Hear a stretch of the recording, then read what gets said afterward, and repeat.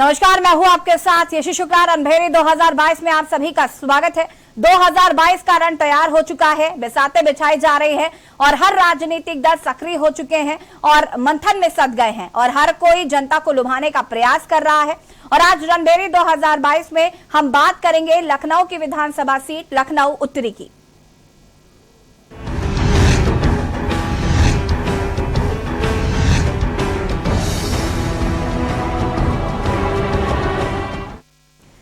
और अब बात करेंगे विधायक जी ने क्या किया। साल 2012 में राजधानी लखनऊ को एक नई विधानसभा सीट मिली थी जिसका नाम पड़ा लखनऊ उत्तरी। इस सीट पर पहले चुनाव में तो समाजवादी पार्टी ने कब्जा किया, लेकिन 2017 में चली मोदी लहर में यह सीट सपा की साइकिल से उतरकर भाजपा के कमल पर आसीन हो गई।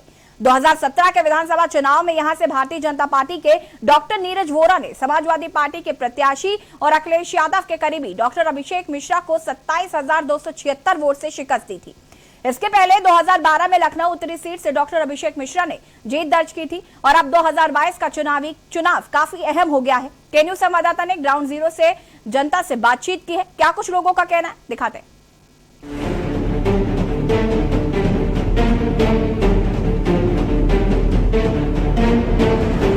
2012 में लखनऊ की महोना विधानसभा सीट का विभाजन हो गया था, जिससे लखनऊ को 2 नई विधानसभा सीटें मिली थी। इनमें लखनऊ उत्तरी और बख्शी का तालाब शामिल है। लखनऊ उत्तरी विधानसभा क्षेत्र में राजधानी के 2 बड़ी कॉलोनियां जानकीपुरम और अलीगंज आते हैं। 2012 में इस सीट पर सपा प्रत्याशी अभिषेक मिश्र ने जीत हासिल की थी। वे अखिलेश यादव के सबसे करीबी नेताओं में से एक है। इस चुनाव में उन्होंने उस वक्त कांग्रेस के टिकट पर लड़ रहे नीरज वोरा को 2219 वोटों से हराया था। 2012 के चुनाव में सीट जीतना सपा के अभिषेक मिश्रा को 47,580 वोट मिले थे और उप विजेता रहे कांग्रेस के नीरज वोरा को 45,361 वोट मिले थे। अभिषेक मिश्रा ने मात्र 2,219 वोट से चुनाव में जीत हासिल की थी। वहीं तीसरे नंबर पर भाजपा के आशुतोष टंडन को 45,245 वोट मिले थे। कांग्रेस और भाजपा में मात्र 16 वोट का अंतर था। वहीं 2017 में आशुतोष टंडन की सीट बदल गई और डॉक्टर नीरज वोरा कांग्रेस से भाजपा में शामिल हो गए और चुनाव लड़े। इस चुनाव में नीरज वोरा को 1,09,315 वोट मिले थे। वहीं अभिषेक मिश्रा को 82,039 वोट मिले और वो 27,276 मतों के बड़े अंतर से चुनाव हार गए थे। नमस्कार, मैं मोहम्मद सफी और आप मेरे साथ देख रहे हैं रणभेरी। 4.5 साल बीत चुके हैं योगी जी की सरकार को। कितना काम किया और क्या काम नहीं किया, कितनी योजनाएं लाए, कितना लोगों को फायदा पहुंचा, कोरोना काल में किस तरह योगी सरकार ने काम किया और लोगों को किस तरह जो दवाइयां थी, जो उनके स्वास्थ्य को लेकर सारी परेशानियां थी वो कितनी दूर की, किस तरीके से कोरोना काल में जो वैक्सीन आई, वैक्सीनेशन लगाने का काम किया। अगर बात करें हम वैक्सीनेशन की तो उत्तर प्रदेश सरकार अव्वल रही है वैक्सीनेशन लगाने को लेकर। और अगर जांच की बात करें तो जांच में भी उत्तर प्रदेश की जो सरकार है वो अव्वल रही है। लेकिन जो उत्तर प्रदेश की जनता है, जो राजधानी लखनऊ की जनता है, उसका क्या कहना है, वो क्या सोचती है योगी जी की सरकार के बारे में, किस तरीके से देखती है। क्योंकि अगर बात करें हम भाजपा सरकार की तो कहीं ना कहीं अब 2022 में कांटे की टक्कर नजर आ रही है। क्योंकि अगर अखिलेश यादव की बात करें जो कि राष्ट्रीय अध्यक्ष है समाजवादी पार्टी के, वो भी लगातार मजबूत होते नजर आ रहे हैं। और वहीं अगर बात करें आम आदमी पार्टी या बीएसपी, लगातार अब अगर बसपा सुप्रीमो मायावती भी अब प्रेस कॉन्फ्रेंस पे कॉन्फ्रेंस कर रही हैं, लोगों को बता रही हैं, जगा रही हैं। जिस तरीके से लगातार अब लोग एक्टिव हो रहे हैं, पार्टियां एक्टिव हो रही हैं, क्योंकि 2022 का चुनाव अब कुछ ही महीने बचे हैं तो लोगों ने तैयारियां भी शुरू कर दी, सभी पार्टी ने तैयारियां शुरू कर दी है। और अगर बात करें हम कांग्रेस पार्टी की तो कांग्रेस पार्टी भी उत्तर प्रदेश में कहीं ना कहीं लगातार अपने पैर पसार रही है, मजबूती से पूरी तरीके से तैयारी कर रही है। अगर बात करें हम प्रियंका गांधी वाड्रा की तो वो लगातार लखनऊ के दौरे कर रही हैं, उत्तर प्रदेश के दौरे कर रही हैं और मीटिंग पे मीटिंग कर रही हैं। जो उनके कार्यकर्ता हैं उनको मजबूत बना रही हैं और महिलाओं को लेकर जागरूक कर रही हैं। साफ तौर से जो प्रियंका गांधी वाड्रा हैं उन्होंने 40% आरक्षण महिलाओं के लिए निकाल दिया है कि जो अब की टिकट बांटे जाएंगे वो 40% महिलाओं को बांटे जाएंगे। तो कहीं ना कहीं जो खींचातानी है वो शुरू हो चुकी है अब सभी पार्टियों के बीच में। लेकिन अगर हम भाजपा की बात करें तो इस समय सरकार उत्तर प्रदेश में भाजपा की है, तो लड़ाई कहीं ना कहीं भाजपा और समाजवादी पार्टी के बीच नजर आ रही है। अब यही जानना है हमको लोगों से, आम जनता से, कि आम जनता क्या सोचती है, किसके बीच लड़ाई है, कौन इस बार फिर से आएगा, कौन बाजी मारेगा, क्या योगी सरकार दोबारा आएगी या कोई नया चेहरा। यही जानने के लिए अब हम लोगों के बीच चलते हैं। आइए अब जानते हैं कि लोगों का क्या कहना है। बात करते हैं, हमारे साथ यहाँ पर जनता के कुछ लोग मौजूद हैं। हम देखते हैं कि क्या राय है उनकी। 2022 का चुनाव आ रहा है। क्या नाम है आपका? मेरा नाम संदीप दीक्षित है। 4.5 साल बीत गए योगी जी को, क्या लगता है कैसा रहा, क्या काम किया उन्होंने? देखिए, अगर यूथ के पॉइंट ऑफ व्यू से देखूं तो लगता तो है कि काम तो हुआ है। पिछली सरकार की अपेक्षा इस सरकार ने काम किया है और इन दिनों तो कुछ उद्घाटन भी हो रहे हैं, आप लोगों ने देखे ही होंगे। और लेकिन उद्घाटन तो योगी सरकार कर रही है और सपा कह रही है कि हमने उसको पास किया था, ये खाली फीता काट रहे हैं। देखिए, जनता को तो ग्रोथ से मतलब है कि ग्रोथ होनी चाहिए, सरकार से तो बाद में मतलब होता है। जिस सरकार में हुआ काम और प्रोन्नति हो रही है तो जनता को यही चाहिए। अगर सपा के सरकार में भी अगर ऐसा ही हुआ रहता तो ऑब्वियस सी बात है कि जनता सपा को सपोर्ट करती, तब योगी सरकार को आने का कोई मतलब ही नहीं था। योगी सरकार अगर आई दोबारा तो उन्होंने किया, काम तो किया ही, और फिर इसी काम को ध्यान में रखते हुए ये जनता का ही है, हम यूथ का ही है विचार की इस बार भी शायद योगी सरकार के आने के चांसेस ज़्यादा है। और लोगों से हम बात करते हैं कि क्या राय है। यूथ से हमारी बात हो गई, लेकिन अब हम बात करते हैं, हमारे साथ मौजूद है। सर, क्या नाम है आपका? मैं सुनील कुमार तिवारी, लखनऊ का नागरिक हूँ। सर, एक सवाल मेरा, आप लखनऊ के नागरिक हैं, हम भी मौजूद हैं लखनऊ में। योगी जी के उत्तर प्रदेश सरकार में 4.5 साल हो गए, कैसा कार्य रहा, क्या इन्होंने कुछ किया? जहाँ तक उत्तर प्रदेश सरकार की बात है, शासन प्रशासन की बात है, तो कानून व्यवस्था तो जहाँ तक है नियंत्रित है, लेकिन कानून व्यवस्था के साथ साथ प्रत्येक नागरिक को अन्य सुविधाएं भी चाहिए। कानून व्यवस्था की आप बात कर रहे हैं, लेकिन अगर विपक्ष की बात करें तो लगातार वो हमलावर हो रही है योगी जी पर कि कानून व्यवस्था ध्वस्त हो चुकी है, महिला सुरक्षा नहीं है, तो कई जो आरोप है वो योगी सरकार पर लगाए जा रहे हैं। विपक्ष का काम है आरोप लगाना और जनता का काम है कि शासन का मूल्यांकन करना। विपक्ष की खेती यही है कि आरोप नहीं लगाएंगे तो उनको कौन पूछेगा, कौन देखेगा, कौन सुनेगा। आम जनता को चाहिए बेहतरीन न्याय व्यवस्था, बेहतरीन कानून व्यवस्था और उसके साथ आजीविका के भी बेहतरीन संसाधन चाहिए। यहाँ पर माननीय योगी साहब की सरकार थोड़ा कमज़ोर पड़ रही है। आजीविका के क्षेत्र में अपेक्षित कार्य उन्होंने नहीं किया है। इस लिहाज से जनता को स्वाभाविक रूप से कष्ट है। बिजली की जो दरें हैं वो भी असामान्य हैं। एक प्रदेश में तो निःशुल्क बिजली दी जा रही है कुछ तबके को। तो आपको क्या लगता है, जैसे कि अखिलेश जी जो राष्ट्रीय अध्यक्ष हैं, समाजवादी पार्टी के पूर्व मुख्यमंत्री भी रह चुके हैं, उन्होंने 300 यूनिट बिजली फ्री देने की बात की है। आम आदमी पार्टी वो उतर आई है मैदान में, उसका कहना है कि 300 यूनिट बिजली फ्री देंगे, जो पिछले बकाए हैं वो भी माफ कर देंगे। तो क्या योगी जी को ऐसे दावे करने चाहिए? मैं फ्री के विपक्ष में भी उतना ही हूँ जितना कि महंगी बिजली के विपक्ष में हूँ। कहने का तात्पर्य है कि आप लागत मूल्य तो ले सकते हैं, लेकिन अनाप शनाप दरें उसकी नहीं कर सकते हैं। ऐसा रेट रखा जाए कि जनता उसको वहन कर सके, जो पब्लिक के लिए अफोर्डेबल रेट्स हों।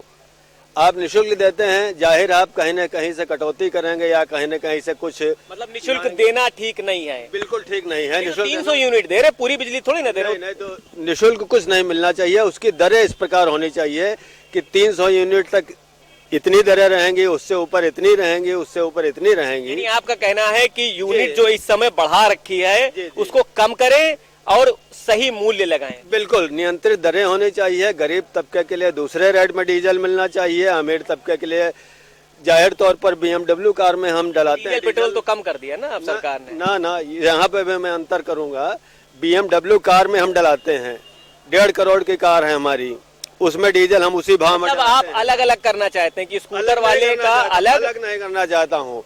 आर्थिक स्तर पर जनता का मूल्यांकन गरीब जनता की क्रय शक्ति को देखते हुए उसके अनुरूप दरें रखी जाएं। चलिए हमारे साथ और भी लोग मौजूद हैं, हम बात करते हैं। क्या नाम है आपका? मेरा ओमपाल सिंह, कहाँ के रहने वाले हैं? अलीगढ़ मंडल से। आप तो लखनऊ में इस वक्त। जी, राष्ट्रीय अध्यक्ष जी के साथ में हूँ, राजेश कुमार मिश्रा जी के। अच्छा, जी, योगी जी की सरकार तो 4.5 साल बीत गए, 2022 में चुनाव भी है, तो किसको देख रहे हैं? हम तो योगी जी को देख रहे हैं। योगी सरकार आएगी फिर से। कैसे आएगी? योगी जी ने वादे किए, काम किए, क्या वादों पे खरे उतरी है योगी सरकार? जो काम कहे थे वो कर दिए। सारे वादे खरे उतरे हैं और सारे वादे उनके पूरे होते चले जा रहे हैं। विपक्ष तो कह रहा है कोई काम ही नहीं किया, हमने जो काम किया उसका फीता काट रहे हैं। तो कहे गई क्यों? जब अगर बाप खत्म हो जाता है तो क्या बेटा उसकी कमान नहीं संभालता है?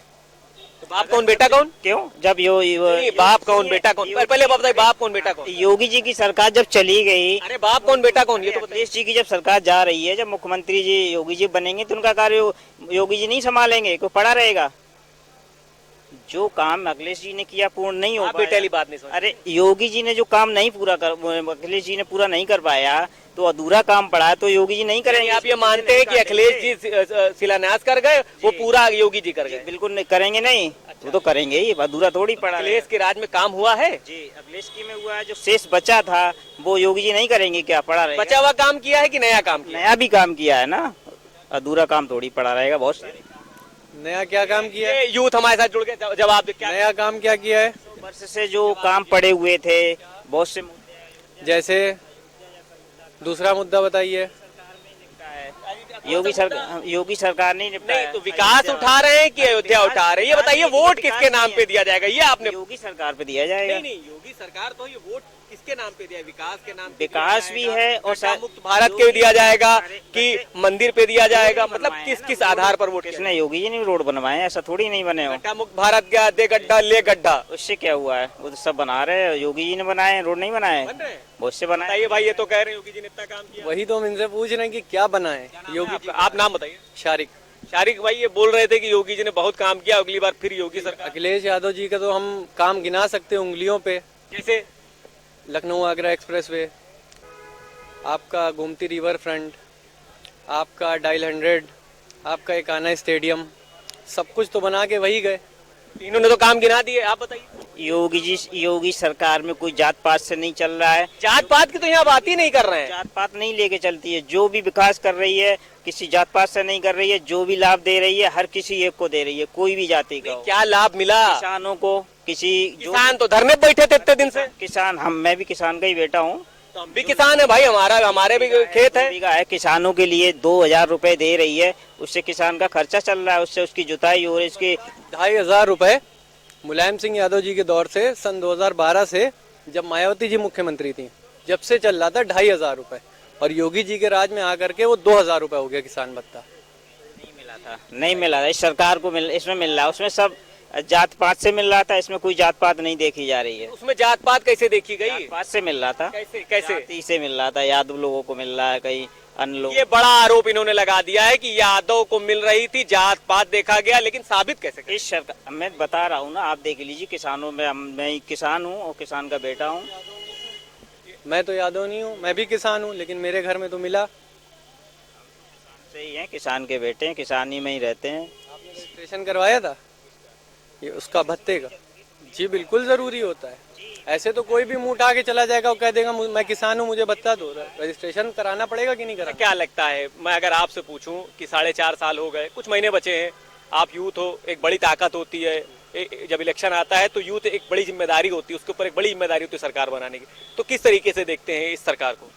इस सरकार को बस इस तरीके से देते हैं कि एक मुद्दा है, वो है मंदिर का, कि राम मंदिर बना दिया गया है। इस चक्कर में एक मुद्दा ये लेके चल रहे हैं और बाकी कोई विकास का मुद्दा नहीं है इनके राम पास। मंदिर तो तैयार हो गया, वो तो अब तैयार हो रहा है, बन रहा है, वो तो मुद्दा ही खत्म हो गया। नहीं तो अब उसी के नाम पे ये वोट मांग। लीजिए भाई, हमारे साथ एक भाई और मौजूद है। अरे हम इधर आ जाते हैं। बताइए बताइए, नाम बताइए भाई। उसी पे तो वोट मिलेंगे इस बार। किस पे? मंदिर तो अब तो बन रही है, अब कहाँ? मंदिर बन रही है तभी तो हम वहाँ पूजा करेंगे, तभी तो वोट मिलेगा हमको। नहीं वोट कहाँ से मिलेगा, कैसे मिलेगा? क्या विकास हुआ 4.5 साल में, कोई बता सकता है?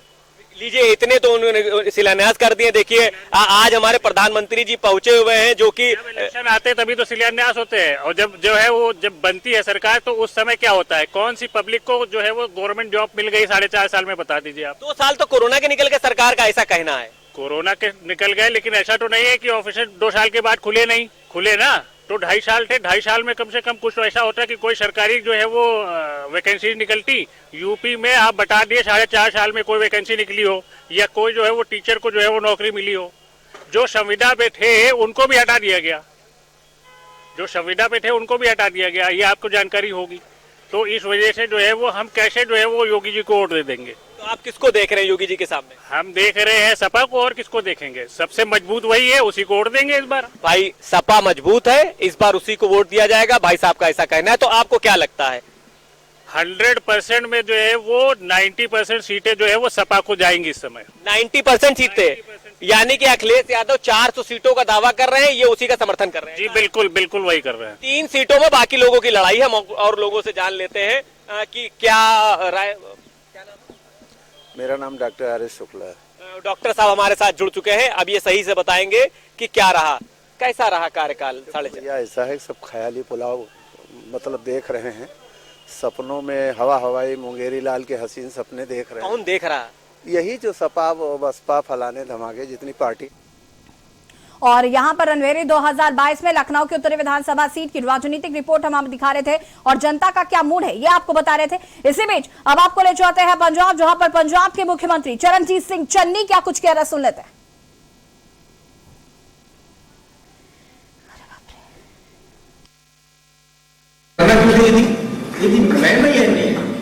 जिथे परशुराम जी ने करया होवे, तप करया होवे, उस तो बड़ी जगह केड़ी हो सकती? जिथे गुरुआ पीरा ने, इतने होर भी बहुत बड़े स्थान है, गुरु रविदास जी का, जिथे उन्होंने चरण छो प्राप्त होगी, उस तो बड़ी बड़ी जगह केड़ी हो सकती है? इस करके जिथे साडे पीर पैगंबर गुरु भगवान आके गए हैं।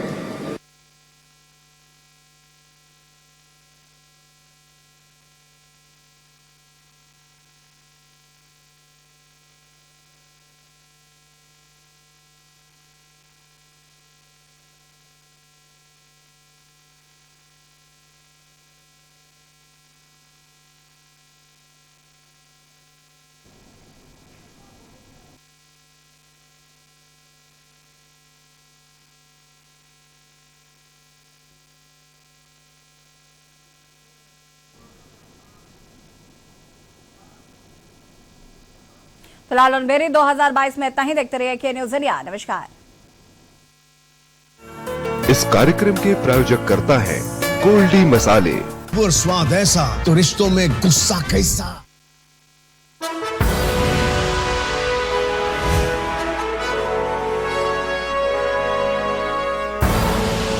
आप देख रहे हैं के न्यूज़, खबरों का सारथी।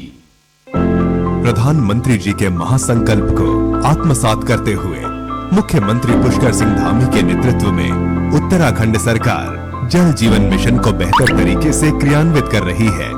साथ ही राज्य के नागरिकों को सहभागी बनाकर हर घर में शुद्ध पेयजल पहुंचाने के लिए कृत संकल्पित है। राज्य की अधिकांश भूमि पहाड़ी होने की वजह से पानी की काफी समस्या हुआ करती थी। कई स्थानों पर तो पानी लाने के लिए बच्चों एवं महिलाओं को दूर तक जाना पड़ता था। जल जीवन मिशन से शुद्ध पेयजल की समस्या काफी हद तक दूर हुई है। जल जीवन मिशन के तहत हमारी ग्राम पंचायत में पानी की समस्या काफी हद तक खत्म हो चुकी है और सभी ग्राम वासियों के पास हर घर में नल और हर घर में जल है। अब घर में भरपूर पानी आने से स्थानीय लोगों ने घर में ही पर्यटकों के लिए होम स्टे जैसी सुविधाएं प्रारंभ कर दी हैं, जो पर्यटकों के लिए ठहरने का बेहतर विकल्प भी है। स्थानीय लोगों के लिए आजीविका का एक जरिया बना है। हमारे यहाँ पहले 1-2 होम स्टे हुआ करते थे और उनके लिए वो लोग टैंकर से पानी डलवाते थे, लेकिन अब सभी को पानी पर्याप्त मात्रा में मिल रहा है तो सभी ने होम स्टे बनाने शुरू कर चुके हैं और लोगों को इससे काफी फायदा है। राज्य के ग्रामीण क्षेत्रों के लगभग 15 लाख घरों में से 60 लाख से अधिक घरों को नलों से जोड़ा जा चुका है। शहरी क्षेत्रों में लगभग 12 लाख घरों में से 5 लाख से अधिक घरों को पेयजल योजना से जोड़ा जा चुका है। उत्तराखंड सरकार द्वारा दिसंबर 2020 तक हर घर तक शुद्ध पेयजल पहुंचाने का लक्ष्य रखा गया है। मुख्यमंत्री पुष्कर सिंह धामी के नेतृत्व में जल जीवन मिशन राज्य में आजीविका के नए आयाम रचते हुए पलायन को विराम दे रहा है, साथ ही आत्मनिर्भरता की संकल्पना को भी साकार कर रहा है। जल जीवन मिशन, हर घर खुशियां, हर घर जल।